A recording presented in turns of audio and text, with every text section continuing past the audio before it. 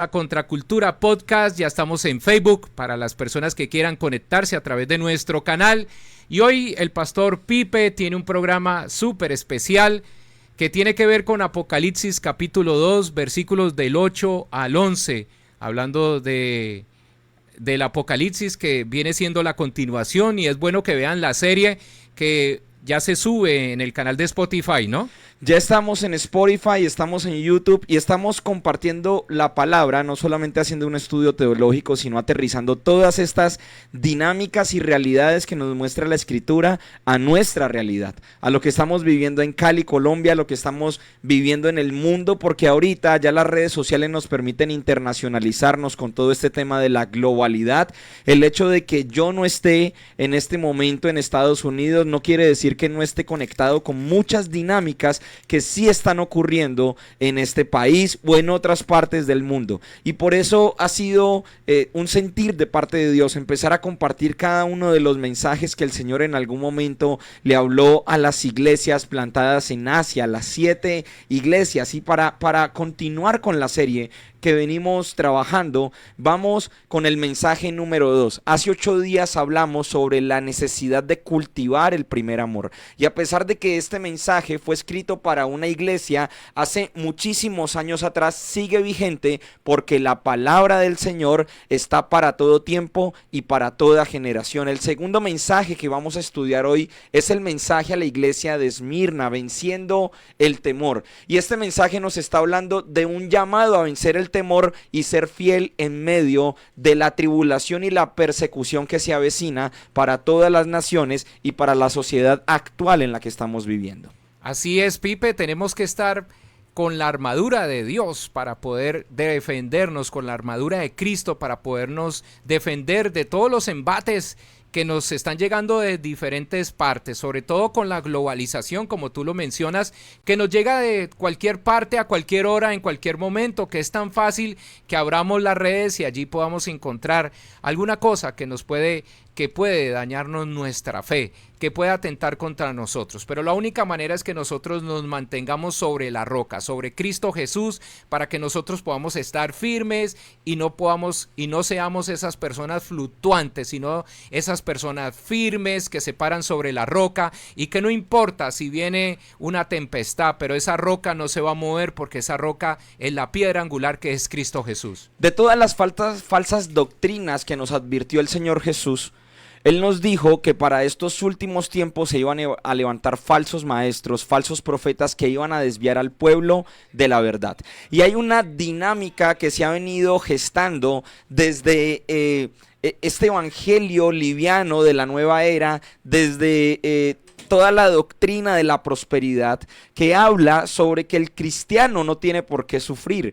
Y realmente esto es antibíblico, porque el mismo Jesús en distintos pasajes nos indica que en el mundo vamos a tener aflicciones, pero que confiemos que Él mismo ha vencido al mundo. Por allá los apóstoles en Hechos capítulo 4 se nos dice que es necesario pasar a través de muchísimas tribulaciones para que podamos comprender y entrar en el reino del Señor. Así que la aflicción y la tribulación es inherente a la formación del cristiano, pero no es su estado final.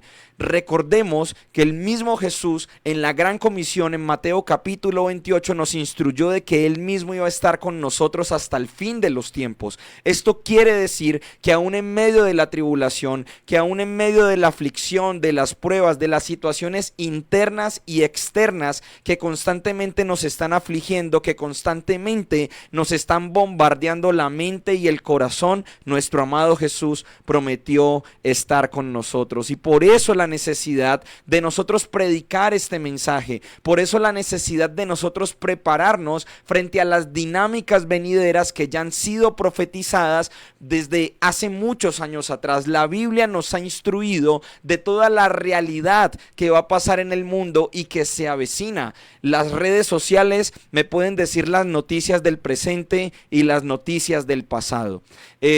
Las noticias que nos muestran por televisión nos pueden instruir sobre las noticias presentes y del pasado, pero la Biblia es el único libro seguro que nos instruye en lo que va a pasar en el futuro y que nos insta a estar preparados para todas las dinámicas y los escenarios que vamos a tener que enfrentar como iglesia. En programas anteriores hemos hablado que la pandemia, lo que ocurrió en el 2020, todo este proceso de reingeniería social que sacudió literalmente a las naciones, que sacudió a la iglesia porque la sacó de sus hábitos normales de congregación de día domingo y miércoles y nos encerró a todos en la casa, fue un aviso de todo lo que va a pasar en el mundo y de toda la reingeniería social que se viene por medio de la aparición del anticristo, que ya debe estar caminando por esta tierra. Así como iglesia tenemos una urgencia de poder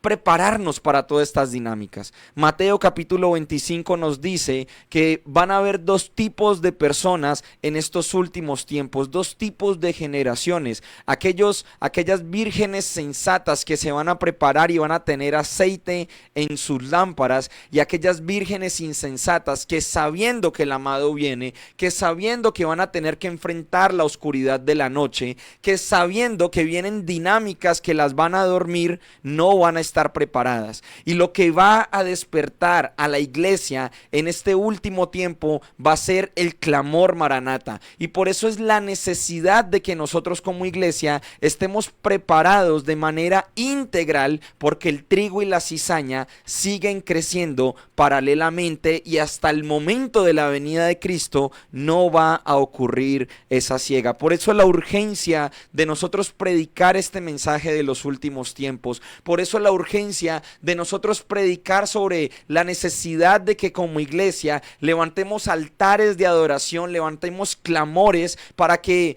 hayan avivamientos sustentables en el tiempo, para que nosotros como iglesia estemos preparados y cultivando nuestro primer amor y no caigamos en procesos de religiosidad, no caigamos en procesos de estancamiento, no caigamos en procesos en donde seamos vulnerables a alejarnos de la presencia del Señor. Y lo que nos dice la narrativa bíblica en Apocalipsis capítulo 2, que nos habla de la necesidad de vencer el temor, del llamado a ser fieles aún en medio de la persecución. Jesús se presenta de una manera muy particular. Para cada una de las iglesias, Jesús se presenta con un atributo único que va a suplir la necesidad, la dolencia o la carencia que tenga esa iglesia. Y mire lo que dice Apocalipsis capítulo 2, versículo 8. Escribe al ángel de la iglesia de Esmirna, el primero y el postrero, el que estuvo muerto y vivo, dice esto. Y lo que quiero resaltar en este versículo 8 es por qué Jesús se expresa como el primero y el último, y qué tiene que ver esto con esa dinámica que tenemos que enfrentar de vencer el temor. Este es el título que Jesús utiliza más en Apocalipsis. Lo vemos en Apocalipsis 1:11, en Apocalipsis 1:17, Apocalipsis capítulo 2 versículo 8, Apocalipsis capítulo 22 versículo 13. Se está presentando constantemente como el primero y el último para referirse a sí mismo en todo el libro de Apocalipsis. Jesús mismo nos está diciendo que Él ha estado desde antes de la eternidad y que Él está después de la eternidad, que Él está por encima del tiempo. Y esto quiere decir que aún en medio de todas las dinámicas que nosotros tenemos que enfrentar, hay una persona que en su soberanía está por encima de todas las cosas.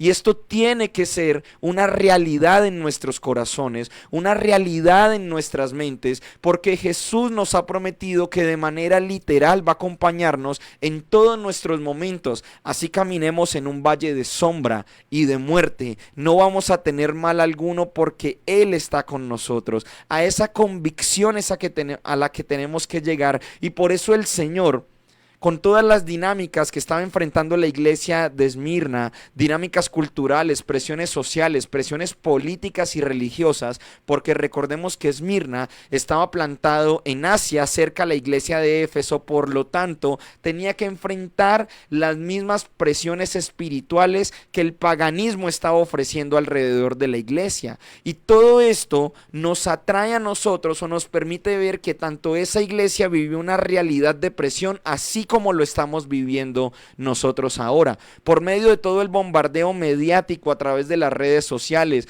por todas las inestabilidades políticas y sociales, por toda la polarización social que vivimos en nuestro país. Nosotros como iglesia nos vemos completamente presionados para actuar de acuerdo a los estándares del mundo. Pero por eso Jesús se presenta a nosotros como el primero y el último, dándonos a entender que ninguna filosofía, sistema social, político, cultural está por encima de su soberanía. Y como hijos de Dios, tenemos que ver esto como una revelación a nuestro corazón y llevarlo, aplicarlo a toda nuestra cotidianidad, a todo lo que hagamos diariamente. Porque mira el otro atributo como él se presenta en el versículo 8. Él habla de la muerte y de su misma resurrección. Mientras nos llama a resistir en el martirio, nos introduce en la doctrina de la resurrección. Y la doctrina de la resurrección es una de las bases fundamentales de nuestra fe cristiana. La resurrección de Cristo quiere decir que Él venció la muerte, que Él pagó el precio por el pecado y que ahora se puede presentar como el sumo sacerdote delante del Padre con su sangre que da testimonio de nuestra redención y de nuestra justificación. Ningún otro hombre en la historia, autoproclamado líder, autoproclamado profeta, autoproclamado el ser iluminado, ha podido decir que ha resucitado, que ha vencido la muerte, que es el camino, la verdad y la vida. Solamente Jesucristo. Y esto es un postulado argumentativo histórico que nosotros tenemos como cristianos para poder predicar el evangelio y para poder establecernos en la roca firme. Por eso Jesús en el Sermón del Monte, que inicia en Mateo capítulo 5 y termina en Mateo capítulo 7, nos instruye a que escuchemos atentamente sus palabras. Aquel que escucha mi voz y las pone por práctica, yo lo compararé como un hombre prudente que edificó su casa sobre la roca.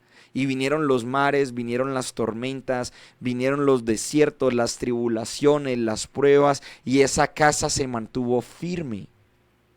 Jesús de entrada nos está diciendo que para nosotros vencer el temor, el miedo, que para nosotros vencer la persecución, tenemos que estar seguros de que nuestras vidas estén edificadas correctamente sobre la roca.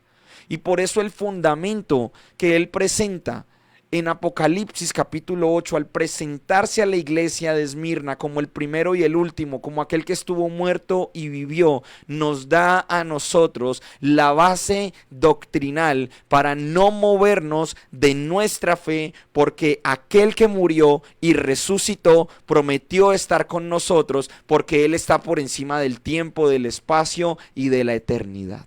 Y esto me parece hermoso, porque Él, para nosotros, Él tiene el poder de levantarnos y de liberarnos de nuestros enemigos. El Salmo capítulo 23 dice que Él prepara mesa delante de nuestros angustiadores. Y nuestros angustiadores no lo veamos solamente con personas, porque recordemos lo que dice la Escritura, que nuestra lucha no es contra sangre ni carne, sino contra principados y contra potestades. Lo que está diciendo el Señor es que todos los medios que quiere utilizar Satanás para traernos aflicción, para quebrantar nuestro corazón, Dios los va a utilizar para formarnos en la prueba, para establecer su diseño divino en nosotros y para que nosotros como iglesia establezcamos y cumplamos el reino de los cielos y su propósito aquí en la tierra. Hay una necesidad constante de que nosotros entendamos la profundidad de la revelación de la hermosura y la belleza de Dios.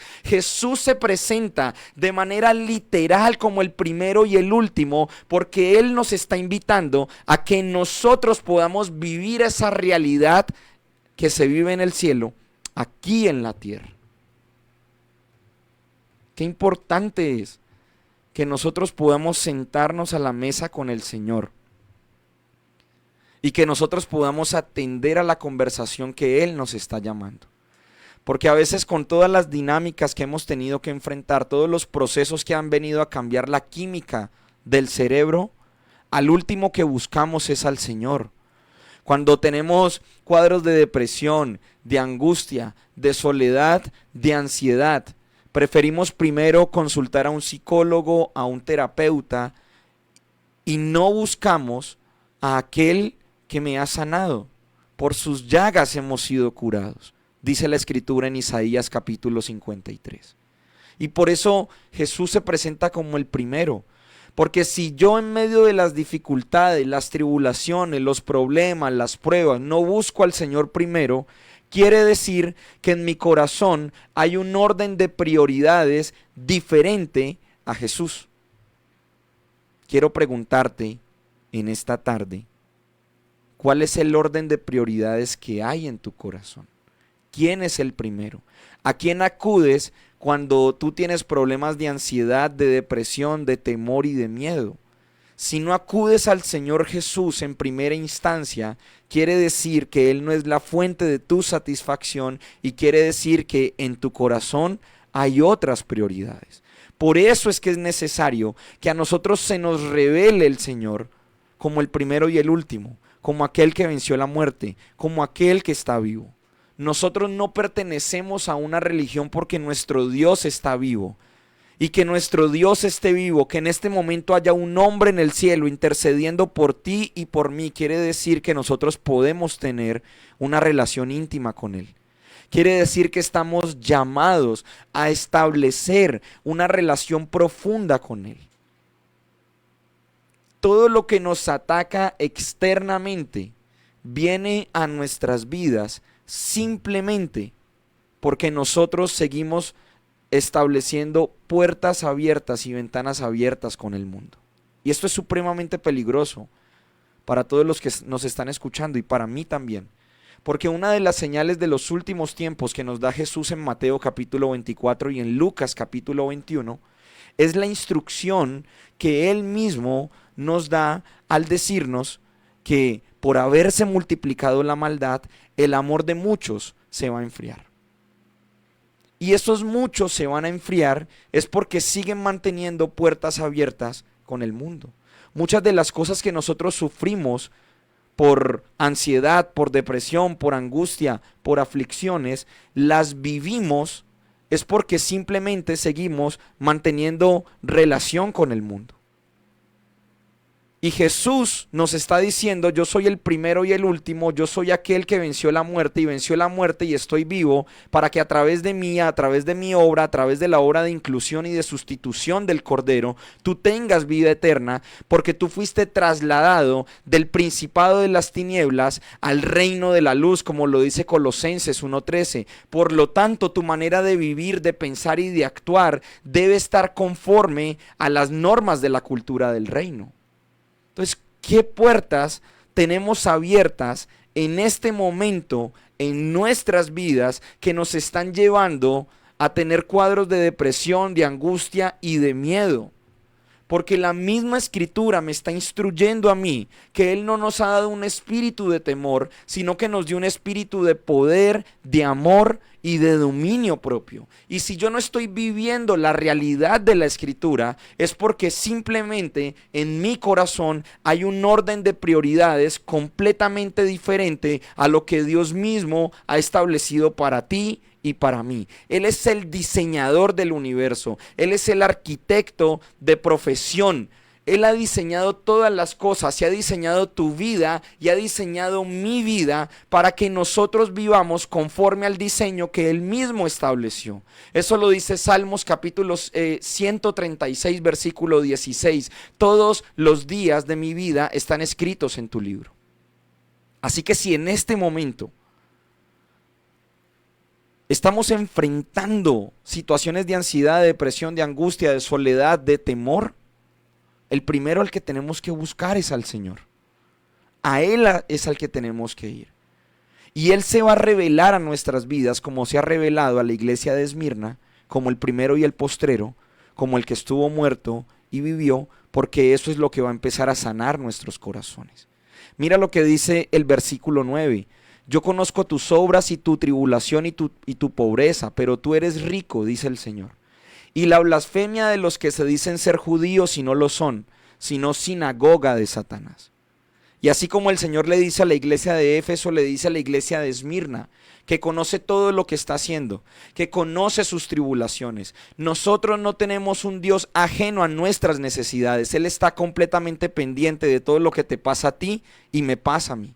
Si Él fue a la cruz por ti y murió en la cruz por ti y derramó hasta la última gota de sangre por ti, quiere decir que su amor inagotable sigue operando, y quiere decir eso, que Él sigue pendiente de todo lo que te está pasando a ti, absolutamente todo, y tiene el control de tu vida y está esperando a que tú rindas tu voluntad para que puedas vivir una vida agradable conforme a lo que Él mismo ha establecido. Entonces miren, mis amados y mis amadas, que hay un propósito aún en medio de la tribulación. Hay un propósito para todo lo que nosotros tenemos que enfrentar diariamente en nuestra cotidianidad. Porque así tengamos resuelta nuestra vida material, hay fracturas que siguen operando en nuestros corazones y en nuestra mente que necesitan directamente la intervención del Señor. Y a veces pensamos que tenemos un Dios ajeno que no le importan nuestras necesidades. Pero la misma Escritura me está diciendo que Jesús camina en medio de las iglesias independientemente de su condición, y que conoce nuestras obras y que conoce nuestra tribulación. Ahora, nosotros entendemos esa realidad. Porque cuando yo entiendo que Jesús tiene el control de mi vida, tiene el control de mis obras, sabe lo que yo estoy haciendo y conoce mi tribulación, yo descanso en su propósito y en su voluntad, porque como lo dice Romanos capítulo 12, su voluntad es buena, es agradable y es perfecta. Si en este momento yo estoy viviendo un momento de escasez, de tribulación o de angustia, mi actitud tiene que ser la misma actitud de Job: bendito sea el nombre del Señor. El Señor Dios da, el Señor Dios quita.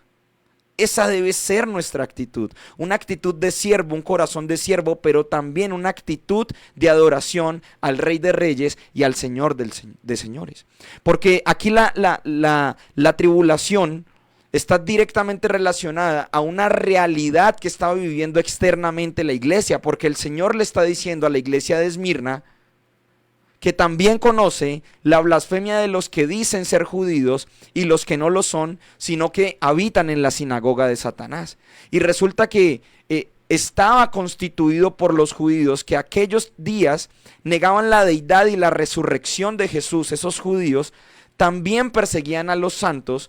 Ellos consideraban que los milagros que había hecho Jesús eran obra de Satanás. Mateo capítulo 12, 24, Juan 8, 44 nos relata esto.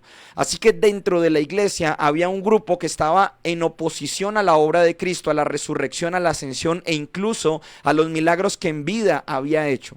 Y estos de la sinagoga de Satanás, estos judíos o estos que decían ser judíos, ¿sí?, estaban atacando directamente el corazón de la iglesia de Esmirna.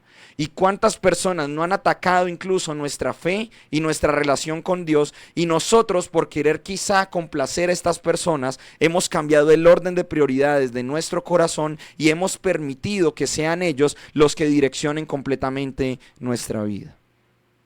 Hay un llamado de atención que Dios nos está haciendo, pero un llamado de atención en amor. En amor porque Él mismo nos dijo que en este mundo íbamos a tener aflicciones. En amor porque la misma narrativa bíblica me está indicando a mí que en este mundo vamos a tener tribulaciones. La misma narrativa bíblica me está diciendo a mí que una de las señales del fin del mundo es que nosotros los cristianos seamos perseguidos, muertos, asesinados a causa del nombre de Cristo. Y que el hecho de que aquí en Colombia en este momento gocemos de una libertad de culto y que los domingos podamos reunirnos a cantarle públicamente a nuestro Señor, no quiere decir que las políticas mismas cambien para que nosotros seamos perseguidos. La pregunta es, ¿desde ya nos estamos preparando para el momento en el que lleguen esas dinámicas? Y ustedes podrán decir, pero es que eso suena muy extremista. Pero cuando se nos vino la pandemia, ¿alguien estaba preparado para atender esa pandemia? ¿Cuántos tenían mercados para resistir 2 o 3 meses? ¿Cuántos tenían insumos para estar encerrados en sus casas? Nadie estaba preparado y sin embargo la pandemia vino. Ahora, la Biblia nos está anunciando que hay ciertas dinámicas que nos van a meter en temor y en angustia. Y si la Biblia desde antes nos está anunciando esta situación, cómo nos estamos preparando nosotros para poder enfrentar toda esta narrativa que se nos viene. Por eso Jesús se toma el tiempo de hacernos este llamado. Por eso Jesús se toma el tiempo de exhortarnos, de llamarnos. Y por eso Él mismo, en el versículo 10, no está diciendo, te voy a librar, porque Él lo va a hacer, te voy a librar de esas tribulaciones, sino que miren lo que le dice a la iglesia, no temas en nada de lo que vas a padecer. O sea, el padecimiento va a ser una realidad. Pero aún en medio de eso Jesús está diciendo, no temas de lo que vas a padecer. He aquí el diablo echará a algunos de vosotros en la cárcel para que seáis probados y tendréis tribulación por 10 días. El padecimiento viene a la vida del cristiano. La tribulación viene a la vida del cristiano. Pero quiero decirte algo, Jesús le pone límite a tu aflicción, a la tribulación.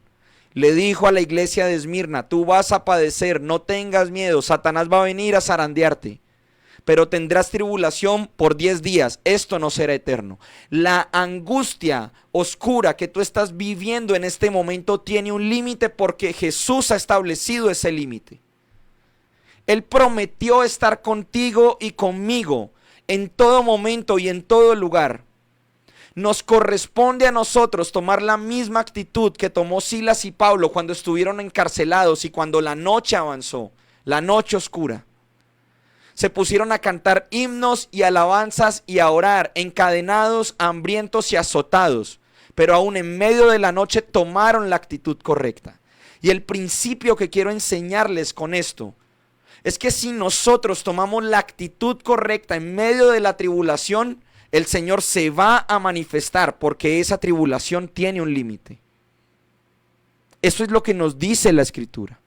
Es lo que le dijo el Señor a la iglesia de Esmirna y es lo que te dice a ti y me lo está reafirmando a mí. Me está diciendo el amado que cualquier situación externa e interna que me esté afectando tiene un límite de tiempo. La noche no es para siempre. Él prometió que íbamos a ver el sol de justicia todas las mañanas. Y para aquellos que resisten, para aquellos que vencen, para aquellos que se mantienen perseverantes y constantes en este evangelio del reino, en cultivar el primer amor, en profundizar en las escrituras, en mantenerse en la mesa de conversación con el Señor, hay una recompensa. La recompensa es una corona de vida. Esto no es sinónimo de recibir vida eterna, porque la vida eterna ya la recibimos al aceptar a Cristo en nuestro corazón. Esta corona significa que aunque seamos perseguidos por su nombre, vamos a estar sentados con Él en la eternidad. Mis amados hermanos, hay realidades que vamos a tener que enfrentar en los próximos años. Hay dinámicas que estamos enfrentando justamente en este momento.